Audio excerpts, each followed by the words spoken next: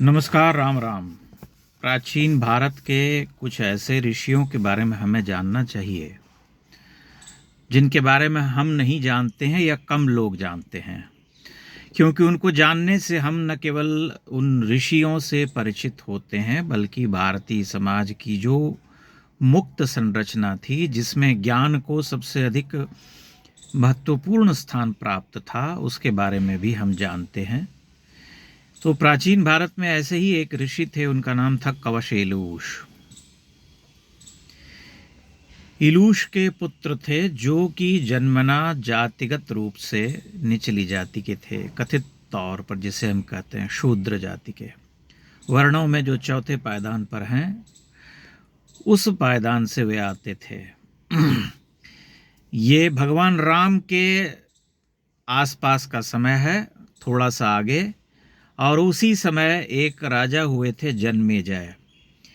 ये वो जन्मेजय नहीं हैं जो कि परीक्षित के पुत्र थे। ये जन्मेजय उससे 15-20 पीढ़ी पहले के हैं, एक सम्राट जो भगवान राम के बाद के वर्षों में हुए थे। तब उन्होंने एक यज्ञ किया था और सरस्वती नदी के किनारे। तो उस यज्ञ की बड़ी चर्चा थी, तो उसी यज्ञ में भाग लेने के लिए एलूश भी आए थे। एलूश के बारे में प्राचीन भारत के जो स्रोत मिलते हैं उस सब में यही पता चलता है कि वे बहुत बड़े जुआरी थे। द्यूत क्रीड़ा जिसे हम कहते हैं, उसमें उन्हें बड़ा मन लगता था, बड़ा आनंद आता था, रमे रहते थे। तो जब वे उस सोम यज्ञ में पहुँचे तो वहाँ पर जो ऋषि थे जो यज्ञ में हवि डाल रहे थे, उन सब ने क्रोधित हो करके एलूश को जुआरी और दास्याह पुत्र कह करके भगा दिया कि तुम्हारा यहाँ कोई स्थान नहीं है, क्योंकि तुम जुआरी हो और अवर्ण हो।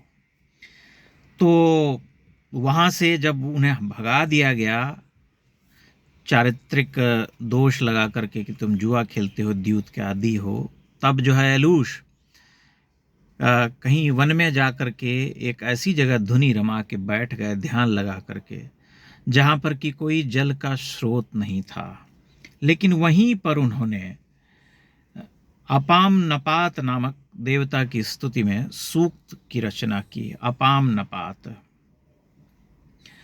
और उसमें इतनी अग्नि थी कि उनके उस सूक्त से जल के देवता प्रसन्न होकर के स्वयं वहाँ प्रकट हो गए और कहते हैं कि सरस्वती नदी की एक धारा बहती हुई वहाँ तक जा पहुँची।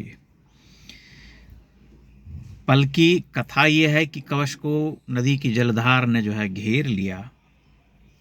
जो वेद के अत्यंत ही प्रसिद्ध टिप्पणीकार हैं सायण, उन्होंने इस घटना के कारण परिसारक को सरस्वती नदी का एक तीर्थ मान लिया जहाँ पर कि ये घटना हुई थी। तो इसके बाद जब ऐसा हुआ तो जो ब्राह्मण, जो ऋषि थे, वो सब हतप्रभ रह गए और उन्होंने जा करके कवशेलूष को आदर के साथ बुलाया और यज्ञ में स्थान दिया। इस कथा से दो बातें सामने आती हैं। पहली बात तो यह कि भले ही कोई द्यूत क्रीड़ा में रुचि रखने वाला व्यक्ति जो कि पक्का जुआरी था, उसके स्वभाव के कारण उसे दुत्कारा गया, लेकिन जब उसकी महत्ता सिद्ध हुई तो बिना यह जाने कि वह किस वर्ण का है, उसे ऋषियों ने अपने साथ आदर का सम्मान दे करके उन्हें अपने साथ का स्थान दिया। ये प्राचीन भारत की घटना है, आप इसके बारे में पढ़ सकते हैं।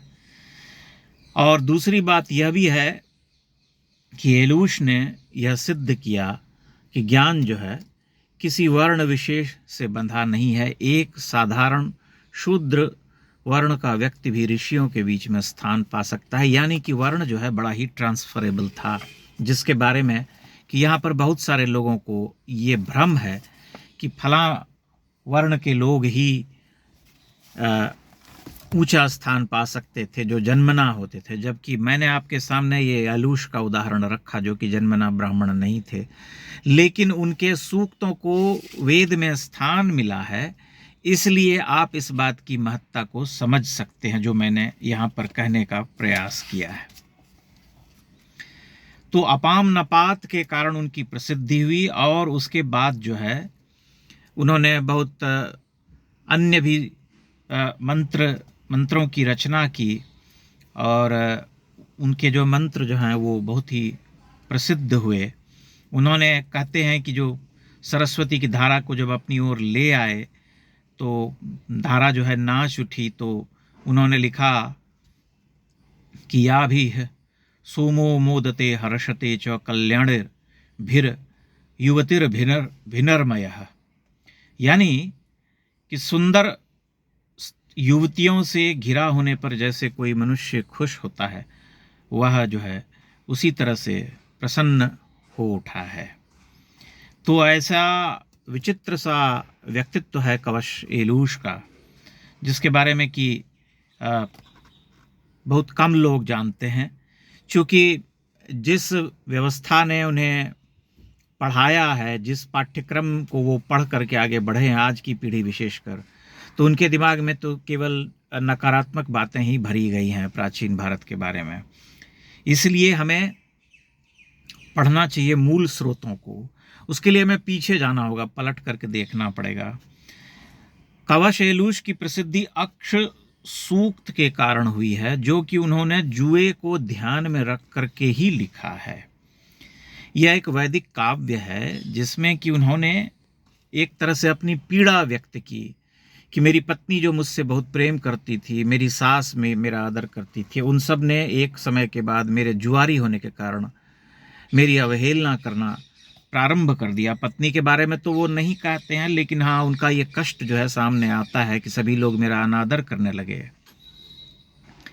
कभी मेरे पिता माता सभी कहते हैं कि ले जाओ इसे, हम नहीं पहचानते हैं कौन है यह। इस तरह की सारी वेदनाएं भुगतने के बाद कवश ने अपने समय में जो सूक्त लिखा है उसकी 4 पंक्तियां हैं कुछ इस तरह से कि अक्षयरमा दिव्यः कृषिमित कृशस्व वित्तेरमस्व बहुमन्यमानः तत्र गावः कि तव तत्र जाया तन्मे विचष्टे सविताया मरयः। ओ जुआरी मत खेल जुआ, जा खेती कर, वैसा करेगा तो पैसे में डूब जाएगा और खूब सम्मान पाएगा, उसी से गौएं मिलेंगी, तेरी पत्नी खुश होगी। यही मुझे आर्य यानी श्रेष्ठ सविता का कहना है, ये उनका ही रचा हुआ है।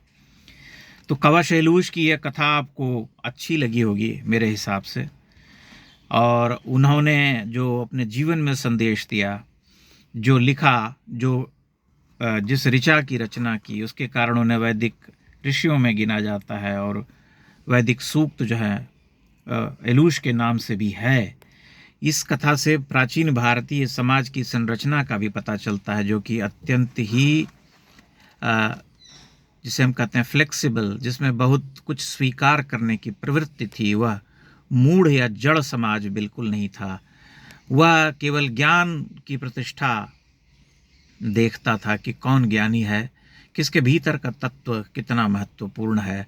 एक बार जब वह अपनी जो श्रेष्ठता थी उसे सिद्ध कर लेता था, तब फिर उसका सभी सम्मान करते थे भारतीय समाज में। और ऐसे अनेक उदाहरण मिलते हैं जब उन्हें बड़े ऋषि या बड़े विद्वान के रूप में समाज में मान्यता मिलती है। तो कवश एलूश की कथा आप पढ़ सकते हैं स्वयं उठा करके और देख सकते हैं कि प्राचीन भारतीय समाज कैसा था। बहुत बहुत धन्यवाद। नमस्कार।